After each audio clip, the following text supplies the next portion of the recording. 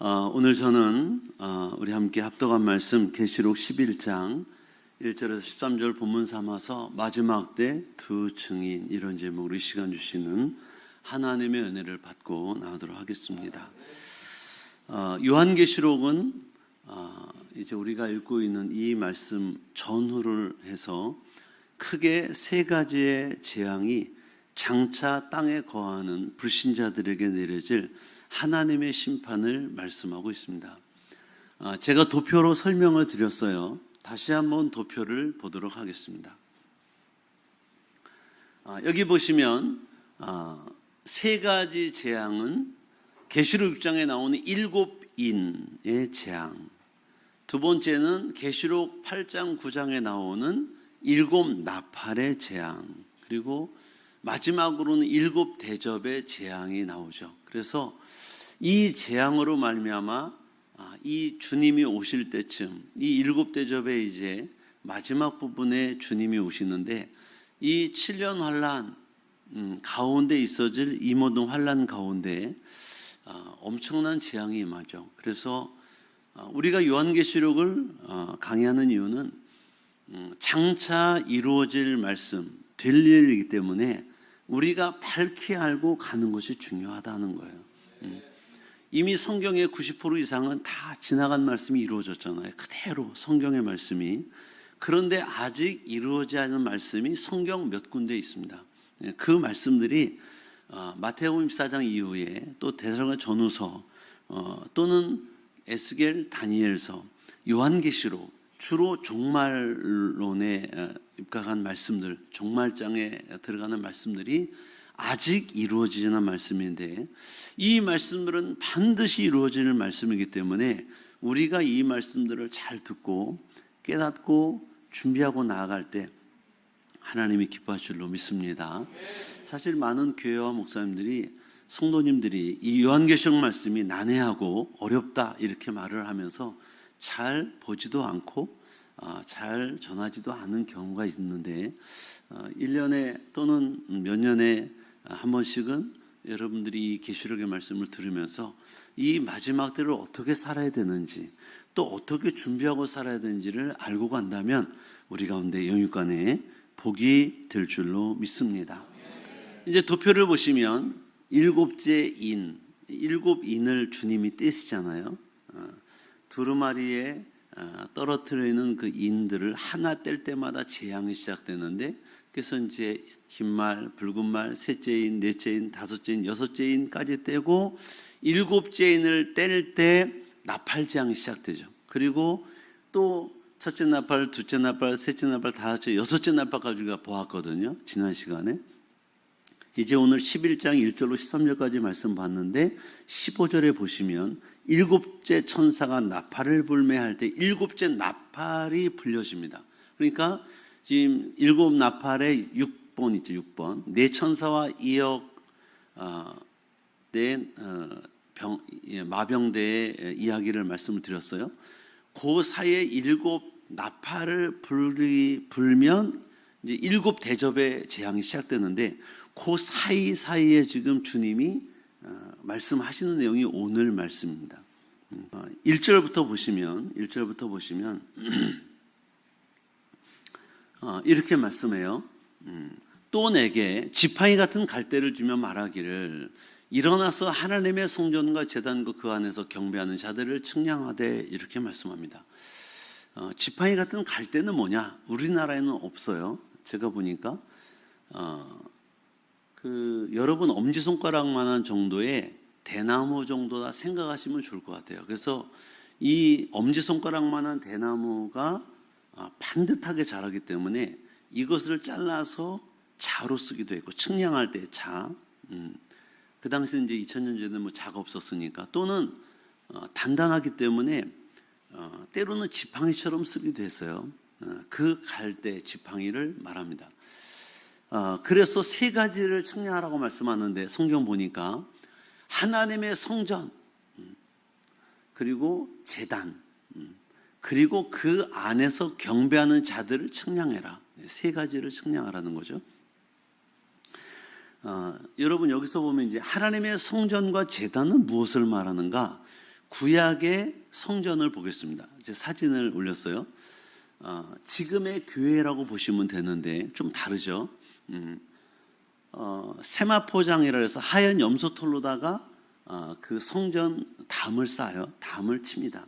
조립식이에요. 다 광야에서 40년 동안 이스라엘 백성들이 조립식으로 걷었다 쳤다를 반복하면서 지고 가고 이고 가야 되기 때문에 조립식으로 만든 건데, 윗덮개는 성전 지붕인데 이제 4겹으로 되어 있죠. 이걸 여러분이 그 안에를 볼 수 있도록 이렇게 그려서 올린 거예요. 올려서 그린 거예요. 세마포장이 하얗게 성전을 담을 싸고 있는데 이게 길이가 50m입니다. 너비는 25m예요. 크기가. 요즘 교회는 사각형으로 지어서 동그랗게 지어서 짓는 교회도 많지만 저희가 어릴 때만 해도 교회들은 다 직사각형이었습니다.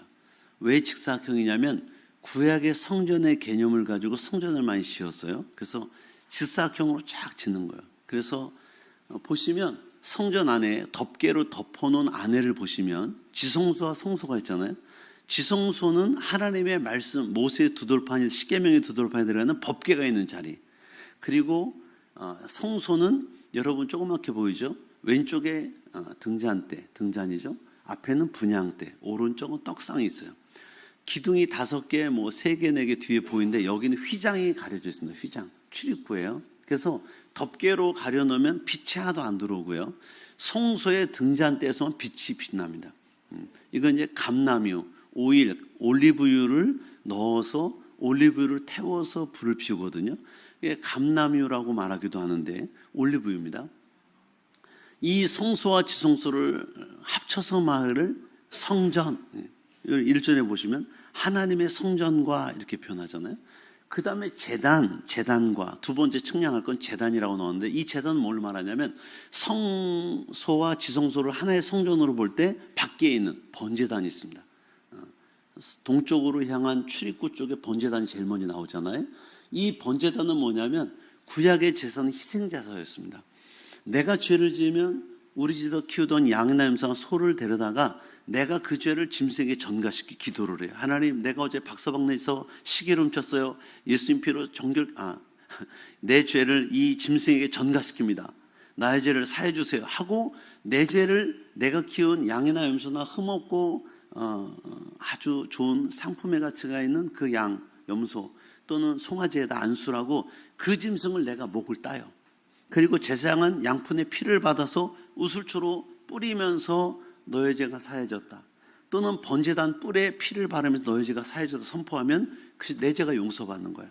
내가 죄를 지어서 죽어야 될 죄를 누가 대신 죽은 거예요? 짐승이 대신 죽은 거예요. 구약의 제사는 그래서 피의 제사, 생명을 드리는 제사. 근데 신약에 와서는 이제 개념이 바뀌었죠. 그 짐승들 대신 누가 죽으신 거예요? 하나님의 어린 양 예수님이 대신 죽으신 거예요. 누구 죄 때문에? 내가 지은 죄 때문에 대신 죽은 거예요. 그리고 구약의 성전의 성소와 지성소가 이제는 하나가 됐죠. 예수님이 십자가에서 운명하실 때 테텔레스타이를 외쳤어요. 테텔레스타이, 다 이루었다라고 말씀할 때 지성소와 성소의 개념은 뭐냐면 오늘로 말하면 이게 구약의 성전이라면 요 앞에 휘장이 있어요. 어른 손바닥만한 두께의 휘장이 가려져 있고 여기는 이 강대상만한 하나님의 법궤, 모세의 십계명의 두돌판이 들어가는 법궤가 있고 그리고 그 뒤에는 성소예요.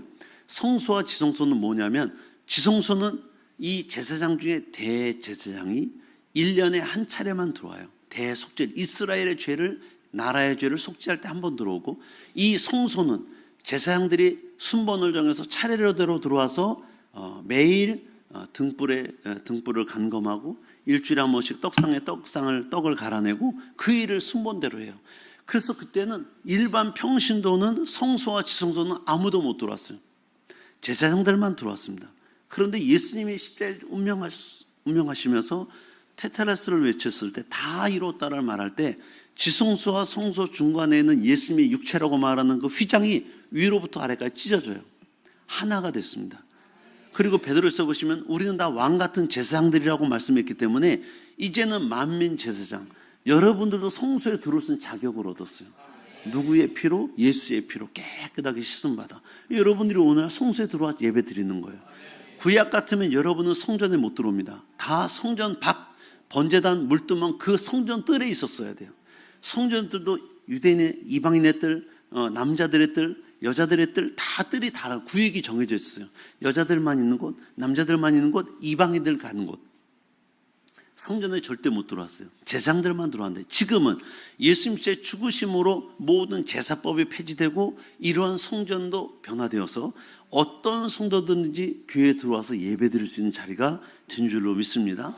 그래서 지금 1절에 말씀하는 갈대 같은 지팡이로 측량하기를 하나님의 성전, 성소와 지성소를 측량하고 또 밖에 제단을 측량하고 번제단, 성전 뜰에 있는 자들을 측량하고 그 다음에 그 안에서 성전 안에서 경배한 자들을 측량해라. 세 가지를 측량하라고 말씀하고 있어요. 2절을 보시면 2절을 보시면 성전 바깥 마당은 측량하지 말고 아까 성소와 지성소를 생각해 봐요. 그 바깥에 번제단이 있었고 물두멍이 있었잖아요.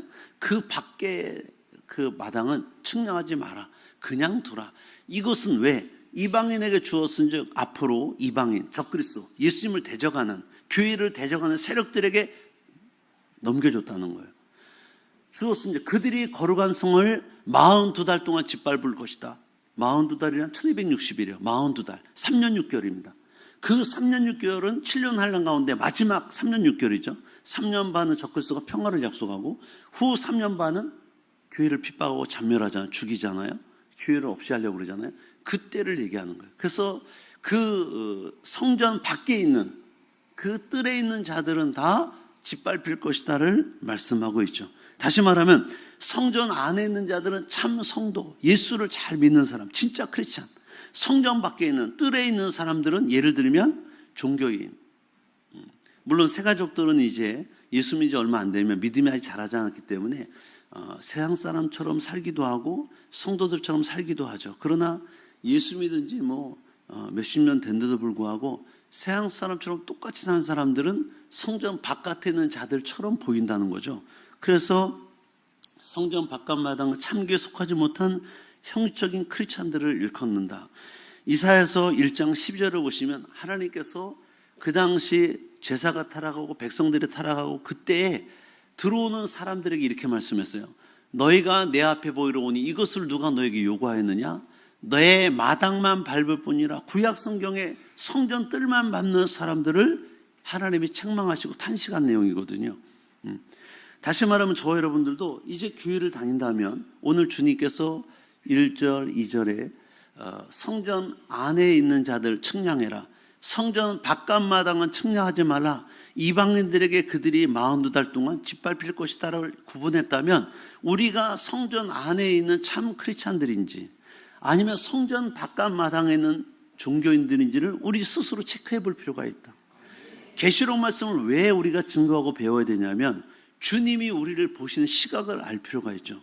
어떤 자들을 귀하게 여기시고 어떤 자들을 보호하시고 어떤 자들을 책망하신지를 알 필요가 있다는 거예요. 우리는 스스로 체크할 필요 있어요. 나라에서도 사람의 건강을 2년마다 뭐 정기검진을 하죠. 홀수년도 태어난 사람 홀수년도에, 짝수년도에 태어난 사람 짝수년도에 정기검진을 시켜줘요. 왜? 내 건강을 체크해보라는 거야. 2년에 한 번씩. 똑같습니다. 여러분이 계시록 말씀을 듣고 이 말씀을 이해하는데 필요한 이유는 뭐냐면 내가 하나님께서 우리를 보호하시는 백성 참 성도인지 내가 그냥 뜰만 밟고 다니는 일반 성도인지를 마당만 밟는 성도인지를 한번 체크해보라는 말씀이에요. 할렐루야. 그래서 뭘 보고 판단할 수 있을까? 제가 묻는 4가지 질문 중에 한 가지만으로는 확실하게 대답할 수 있다면 그분은 하나님의 보호하심을 받는 성전 안에 있는 자들입니다. 참 크리스찬일 수 있다. 첫째, 나의 죄를 사해 주시려고 예수님께 십자가에 죽으신 것이 내가 믿어지는가 하는 거예요. 예수님이 김집사, 박집사 또는 다른 사람을 위해 죽어진 건 믿어진다. 나를 위해 죽어진 것이 안 믿어진다? 심각합니다. 나의 죄를 사해 주시려고 예수님 십자가에 치신 것, 나의 죄를 담당해 죽으신 것이 믿어져야 되는 거예요. 할렐루야. 이거 믿어져야 됩니다. 그래야 우리가 그 은혜에 감사해서 오늘도 주의를 지켜드리고 헌금을 드리고 찬양을 드리고 예배를 드리는 거예요. 내가 내 죄를, 내가 지은 죄가 많잖아요. 과거, 현재, 앞으로도 지을 죄가 있을 것 같아요. 그 죄를 내가 해결하지 못하면 나는 지옥 가야 돼. 영원한 지옥 불못에 들어가서 고통당해야 돼. 지옥의 불고통이 얼마나 심한지를 알고 싶은 사람은 가스레인지를 켜고 5초 동안만 손바닥을 대봐. 그 불이 얼마나 뜨거운지. 그 불꽃 가운데 영원히 살아야 된다. 영원히.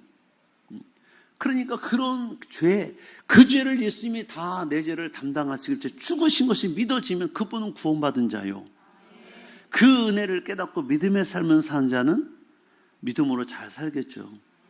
우리 아들, 딸들이 부모님의 은혜를 깨닫는 날부터 철든 아이가 되잖아. 아이들이 철들으면 잔소리가 필요 없어요. 부모님의 은혜를 깨닫고 철이든 아이들은요, 잔소리가 왜? 부모의 마음을 헤아리고 부모님을 잘 섬기고 엄마 아빠 말대로 잘 살아. 이해되시죠? 예수님의 십자가 은혜를 깨닫고 죄사함의 은혜를 깨달은 사람은 율법이 필요 없어요. 이래라 저래라 주의를 지켜라 기도해라 헌금해야 되나 뭐 해라 뭐 전도해라 봉사해 이거 필요 없어. 왜? 예수님이 나를 위해 죽어주신 그 생명신 내가 감사한데 무엇을 못하겠냐 내가. 할렐루야. 그런 거죠. 중요한 건 예수님이 나의 죄를 사해 주시려고 십자가에 죽으신 것이 믿어져야 돼. 매달 첫째 주에 성찬 예배를 드리는 다음 주가 성찬 예식이에요. 9월 성찬 예배. 그 성찬 예배 때마다 깨달을 거 뭐예요? 나를 위해 죽으신 예수님, 피 흘리시고 살찌기신 예수님이 나를 위해 죽으신 믿어져야 된다는 거죠. 그 은혜가 있어야 오늘 주일 지키는 것도 감사함으로 드릴 수 있어요. 나를 위해 생명 주님 앞에 내가 무엇을 못하랴. 그래서 찬양 드리고 헌금도 드리고 주일도 지켜드리고 시간 드리고 정성 드리고 할렐루야. 둘째는 무엇이 믿어져야 되냐면 기독교 복음의 핵심 예수님을 나를 구원하신 주님으로 영접했는가. 영접했는가. 영접하는 거 중요해요. 영접했다는 말은 뭐냐면 내 마음의 문을 열고 그분을 모셔드렸다는 거. 셋째, 누가 뭐라 해도 난 하나님의 자녀라는 확신이 나에게 있는가? 나 하나님의 자녀야. 예수님이 나를 죽으셨고 나를 자녀 삼으셨어. 천국은 장차받을래 유업이야. 믿어져야 됩니다. 넷째가 내 속에 성령님이 내주하고 계시면 내주한다는 말은 거하신다는 거예요. 내 안에 거주하신다는 거예요. 이게 믿어진 확실히 나는 주님과 동행하고 있어. 이 성령님이 내 안에 계셔. 이 네 가지 질문 중에 하나나 두 가지만 여러분이 확신 있게 대답해도 그분은 하나님의 백성입니다. 물론 새 가족들은 이게 잘 안 믿어줄 수 있어요. 그러나 이제 은혜를 구해야지. 하나님, 저에게 은혜를 주세요. 이 질문들의 대답, 확신이 될 수 있는 믿음을 주세요. 할렐루야. 그래서 교회란 어떻게 보면 건물 자체가 교회는 건물이 아니고 예배당이에요. 건물은 예배당입니다. 예배를 드리는 장소라는 거예요. 교회 진짜 교회는 여러분 한 사람 한 사람이 교회입니다. 예수님을 구주로 영접한 자들의 모임이 에클레시아 교회요, 교회. 교회입니다, 교회. 만약에 이 질문 가운데 여러분이 하나라도 대답을 못하고 있다면 그분은 심각한 거예요.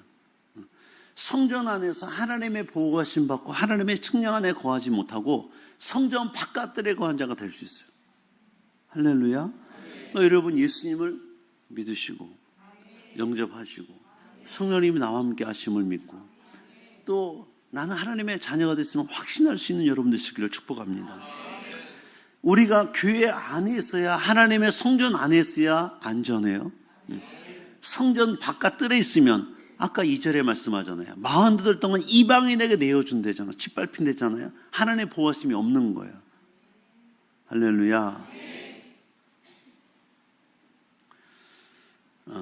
하나님께서 당신의 집 교회를 지켜주십니다. 악한 영들로부터. 이미 마태복음 10장 18절에 말씀했어요. 다 같이 한번 읽어볼까요? 시작.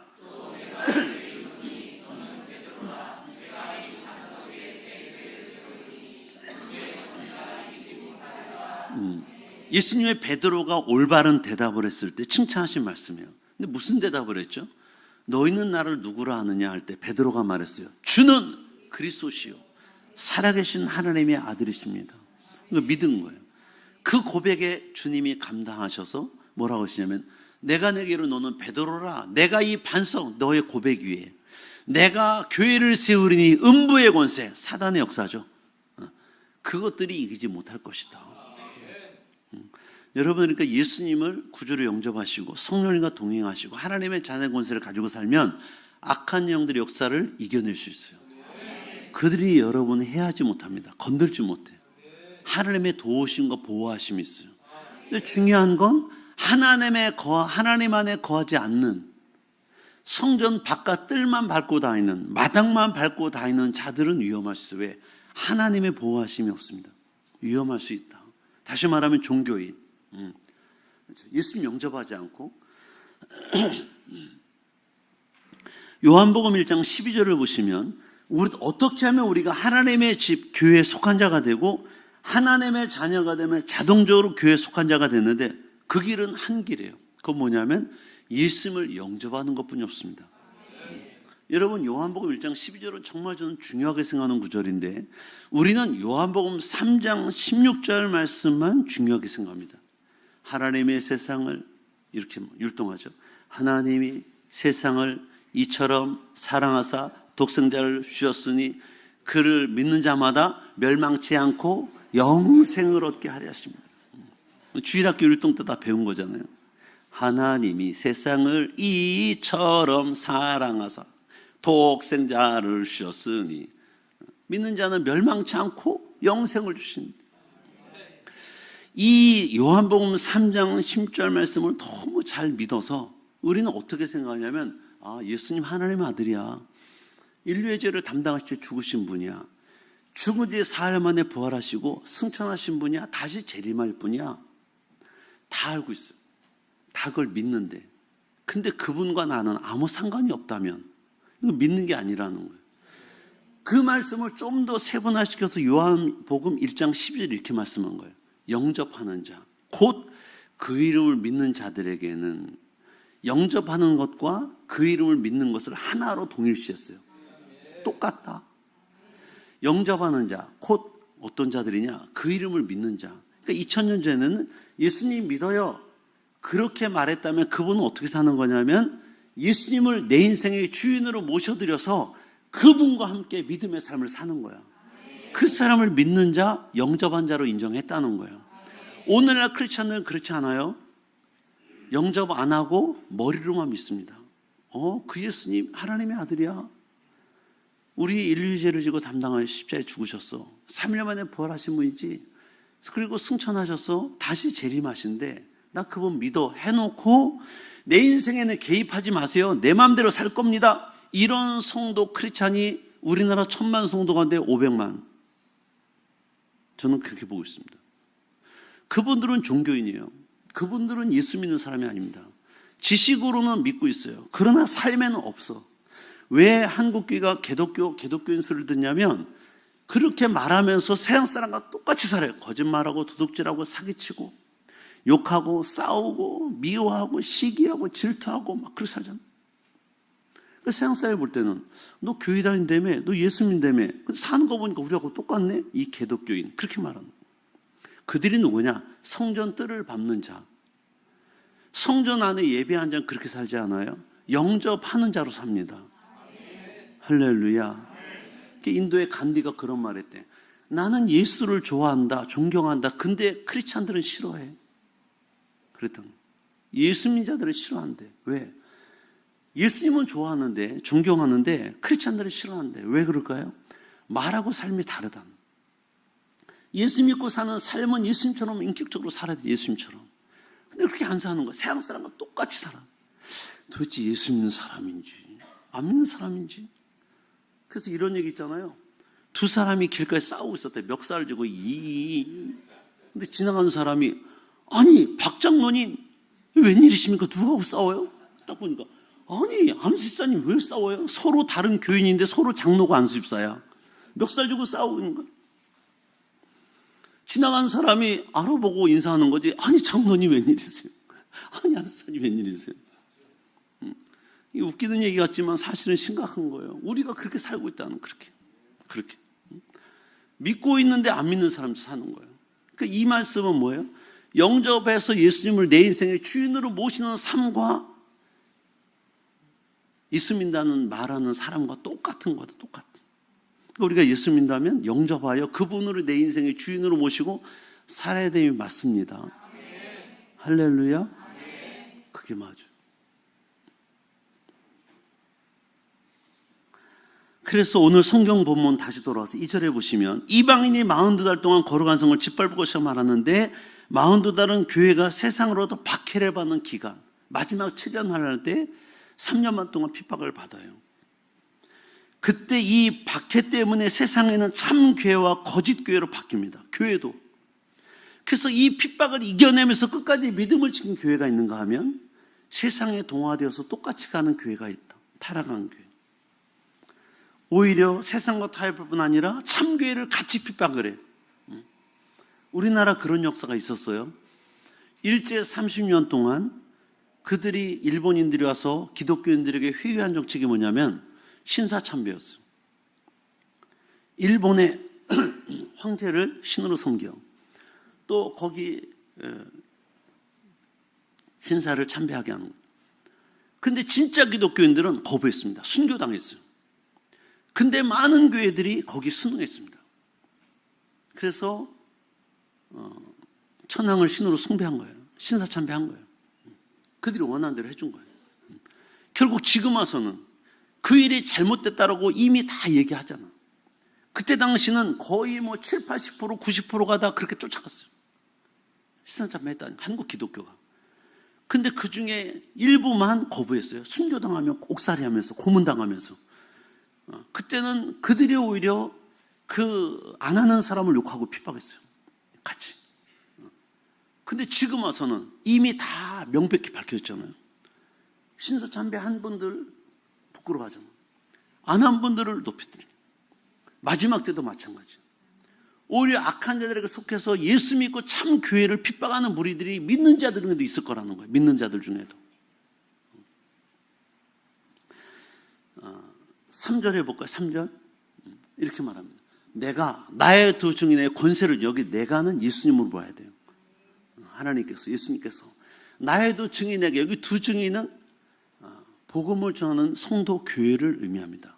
증인이란 예수님을 증거하는 자들이잖아요. 권세를 주시니, 권세와 능력을 주시는가. 그들이 굵은 베옷을 입고 1260일이란 42개월이죠. 3년 6개월 동안 예언할 것이다. 복음을 전할 거래요. 나의 두 증인, 두 선지자, 오늘날 교회를 상징한다고 볼 수 있습니다. 이 교회에 예수님의 증인으로 선 자들에게 능력, 권세를 주신대. 사도행전 1장 8절도 보면 이 말씀을 써요. 오직 성령이 너희에게 오시면 너희가 권능을 받고 예루살렘, 온 유대, 사마리아 땅까지 내 증인 될 것이다. 그러니까 예수님은 우리가 증인되어 내보내실 때 반드시 권세와 능력을 주세요. 이걸 또한 힘입고 나가야 될 줄로 믿습니다. 그 약속대로 120명의 성도가 기도할 때 성령의 권능을 힘입어서 복음을 땅까지 전파해요. 이것이 교회 역사인데 오늘 보면 3절 6절을 보시면 성령의 권능을 받은 교회 성도가 무슨 일을 하는지 네 가지로 말씀해요. 어떤 일을 하는지 네 가지로 말씀하는데 이것이 예수님의 증인들, 성도와 교회가 마지막 때 해야 될 일이라는 거예요. 그 중에 첫째가 뭐냐면 3절에 보시면 그들이 굵은 베옷을 입는데 3절 볼까요? 내가 나의 두 증인에게 권세를 주니 그들이 굵은 베옷을 입고 1260일을 예언할 것이에요. 여기 굵은 베옷은 어떤 데 입는 거죠? 구약을 보면 슬픈 일을 당할 때, 마음이 참담할 때, 회개할 때 굵은 베옷을 입어요. 그리고 제 위에 앉아서 재를 뿌리며 기도해. 얼굴을 자기 모습을 아주 흉악하게 하는 거예요. 마음이 찢고 마음을 찢으면서 굵은 베옷을 입는데요.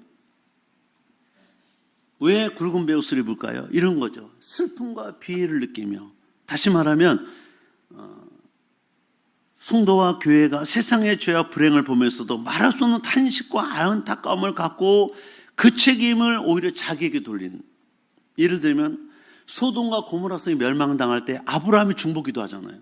하나님과 하나님, 그 성 안에 의인이 50명 있으면, 40명 있으면, 30명, 20명 막 이렇게 중보기도 하면서, 또 예수님이 십자가에 못 박히실 때도 당신을 십자가에 못 박는 자들을 향해 기도하시잖아요. 주여 저들의 죄를 용서해 주옵소서.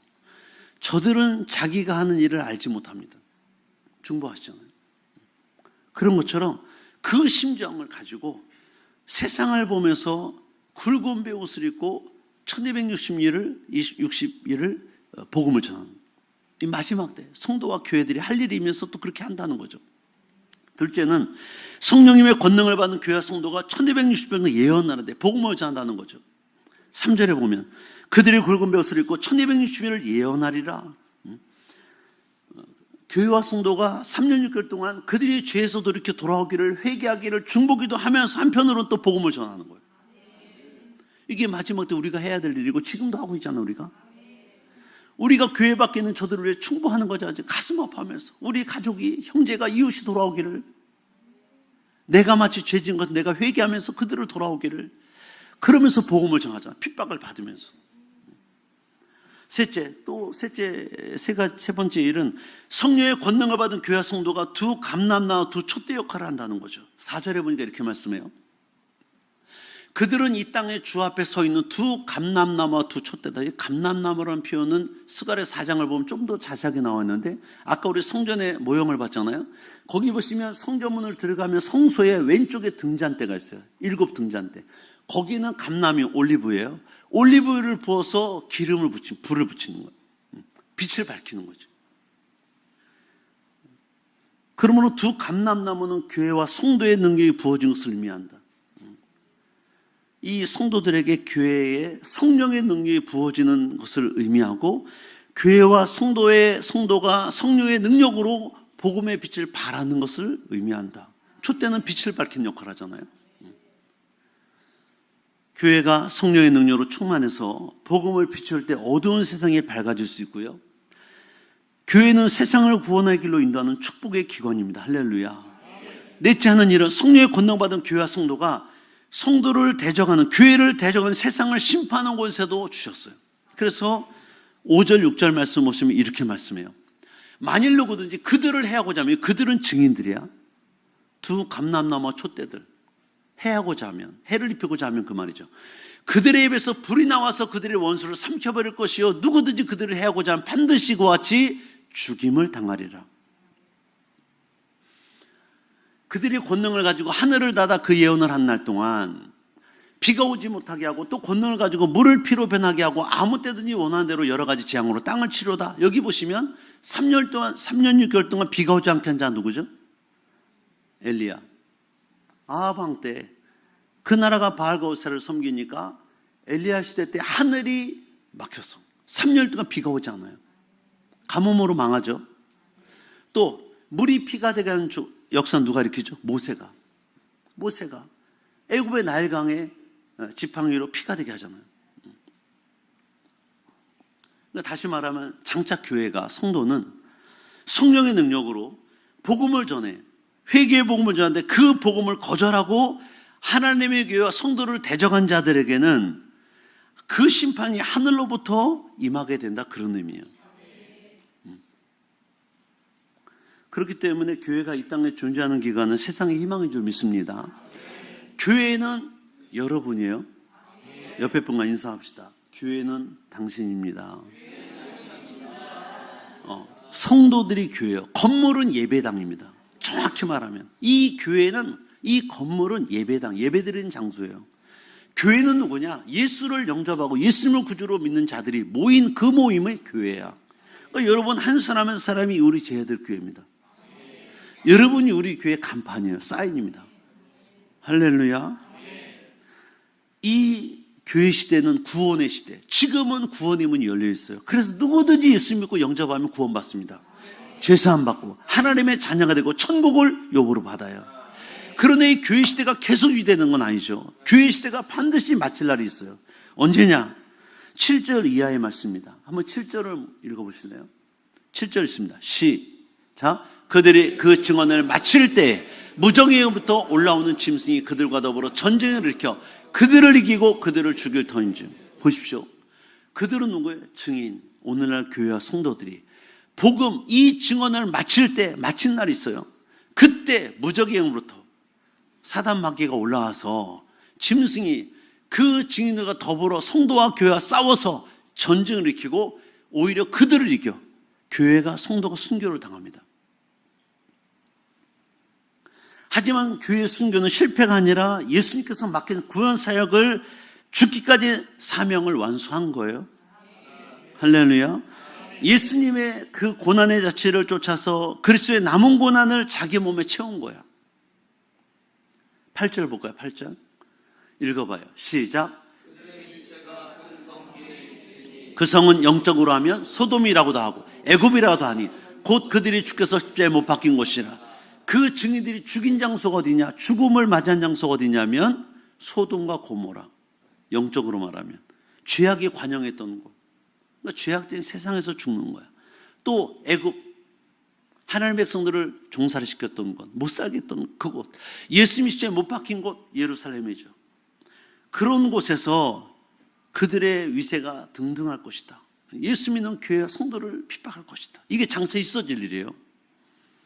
9절 10절 읽어볼까요? 읽습니다. 시작. 백성과 족속과 방언과 나라 중에서 사람들이 그 시체를 사흘 반 동안을 보며 무덤에 장사하지 못하게 하리로다. 이 두 선자가 땅에 사는 자들을 괴롭게 한 고로 땅에 사는 자들이 그들을 죽음을 즐거워하고 기뻐하며 서로 예물을 보내리라 하더라. 자세히 보시면 백성과 족속과 방언 모든 열방 중에서 사람들이 불신자들이죠. 그 시체를 사흘 반 동안을 보며 무덤에 장사하지 못하게 해요. 걸어뒀다 이 말이에요. 왜? 이유가 있죠. 이 두 선지자, 오늘날 교회와 성도들이 복음을 전하는 것을 그들이 괴롭겠다고 생각하는 거야. 우리 마음대로 살고 싶었는데 왜 말씀대로 살아라 그래? 하나님 뜻대로 살아라 그래? 괴롭게 내 마음대로 살고 싶은데, 죄짓고 마음대로 살고 싶은데 왜 그렇게 못 살게 하는 거야? 자기들은 괴롭겠다고 생각. 자기를 괴롭게 했다. 그래서 그 증인들을, 그 두 증인, 오늘날 교회와 성도들을 핍박하고 장사도 못 지내게 하고 그들의 죽음을 즐거워해. 그리고 기뻐해. 서로 예물을 교환할 정도로. 그러니까 세상은 순교당한 교회를 조롱하는 거야. 핍박당하는 교회를 즐거워하는 거예요. 그리고 선물까지 서로가 나누고. 그러나 그들이 모르는 사실은 뭐냐면 이들이 구원과 축복의 문이 닫혔으므로 곧 임할 징계와 하나님의 엄정한 심판이 남았다는 사실을 모르고 있어. 11절 12절 말씀 볼까요? 3일 반 후에 하나님께로부터 생기가 그들 속에 들어가매 그들은 누구예요? 죽은 순교당한 두 증인, 오늘날 교회와 성도들을 얘기하는 거예요. 그들에게 하나님의 생기가 들어갔대. 아담과 하와를 지으시고 흙으로 지으시고 그 코에 생기를 불어넣으니 사람이 생명이 된지라 그랬잖아요. 사람은 영적 존재, 살려내시는 거 누가? 하나님이. 예수님이 사흘 만에 부활하셨어요. 이 증인들도 3일 반 후에, 3일 반 이후에 살려내신 거예요. 하나님이. 그들이 발로 서니 구경한 자들이 크게 두려워하더라. 구경한 자들 누굴까요?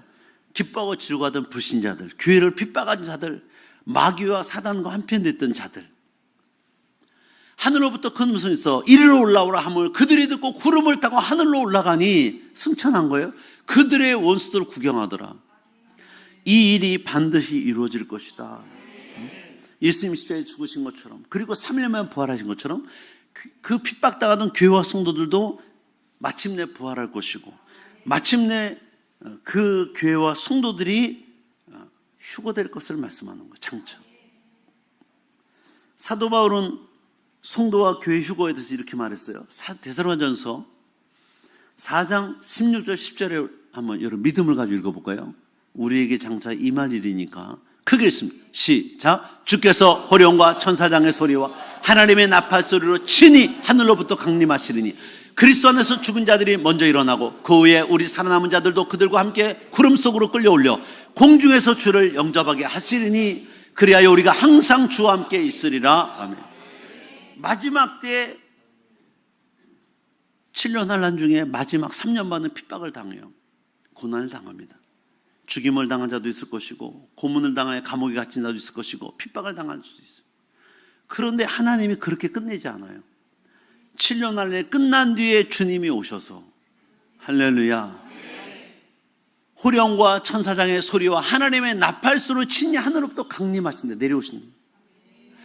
그리스도 안에서 죽은 자들이 먼저 일어나고 예수 믿다 죽은 자들이 지금 낙원에 가 있다가 일어나고 그 후에 우리 살아있는 자들도 그들과 함께 공중으로 끌려올려 휴거되는 거야.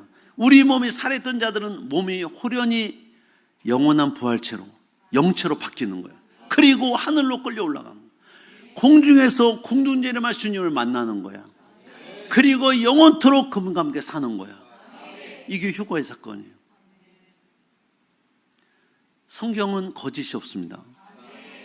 지금까지 한 말씀이 다 이루어졌고 앞으로도 이루어질 말씀.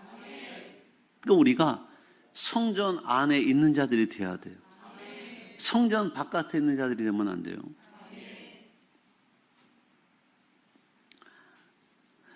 예수님도 말씀하셨는데 마태복음 24장에 보시면 똑같은 말씀했어요. 그때 인자의 징조가, 예수님 하시면 인자는 예수님이에요.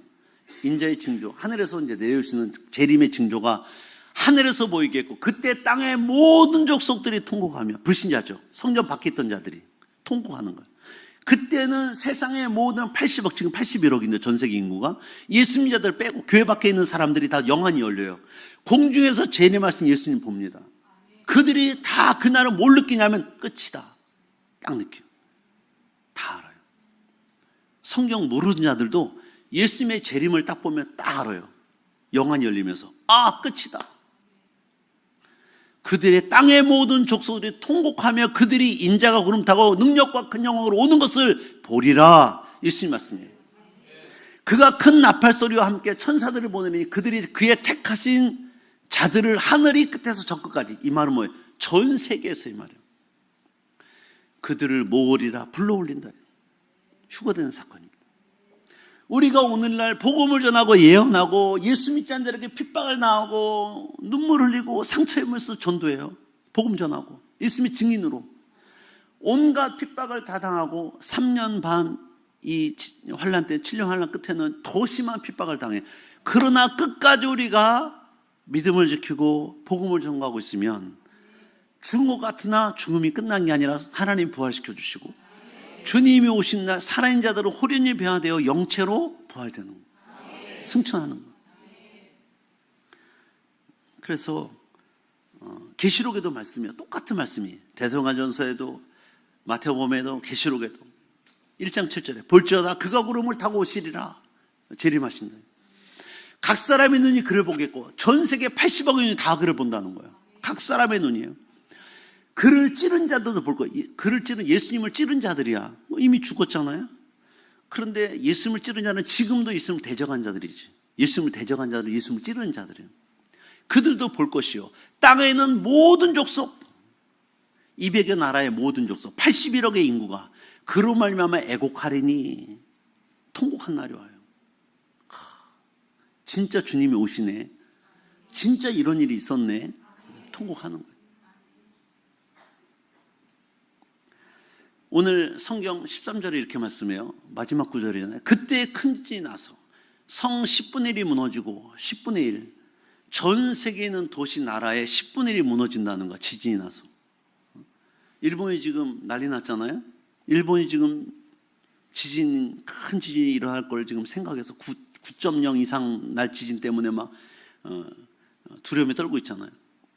그때 지구가 큰 지진이 나서 성 10분의 1이 무너지고 지진에 죽은 사람이 7천. 여기 7천은 상정인 숫자예요. 7은 완전수잖아요. 완전수에 곱하기 1000인데 우리나라 남북한만 해도 7,500만이라죠. 우리나라 5천만, 북한 2,500만. 한 나라가 멸망해도 7,500만인데 7천만은 맞지 않고 상징적인 숫자입니다. 전 세계에 수많은 10분의 1의 나라가 망할 때 200나라가 넘죠. 200 몇십 나라죠? 정확한 숫자가 없어요. 200 한 30, 40나라 됩니까? 그 나라 중에 10분의 1만 해도 23개 나라, 24개 나라잖아요. 그 나라의 사람이 얼마나 되겠어요? 다 죽는 거야. 여기서 우리가 붙잡아야 될 것은 구원의 문 열리는 지금 교회가 주님으로부터 받은 최고의 사명, 예언, 복음을 전해야 되는, 때를 어떤지부터 전하셔야 됩니다. 오늘 우리 교회가, 우리 성도님들이 다 복음을 잘 전하셔서 많은 영혼 전도해서 하나님의 기쁨이 되는 마지막 때 두 증인들 되시기를 주님으로 축복합니다. 우리 한번 다 같이 나서서 받은 말씀 붙들고 한번 기도하겠습니다. 하나님, 마지막 때 우리가 성령 충만해서 성전 바깥들에 있는 자들을 위해 기도하고 복음을 전하게 해달라고, 성전 밖에 있는 자들을 위해 기도하게 해달라고, 저들을 주길 인도하게 해달라고, 주여 우리에게 권능을 주시고 성령의 충만 달라고 주님의 성으로 세움을 기도합니다.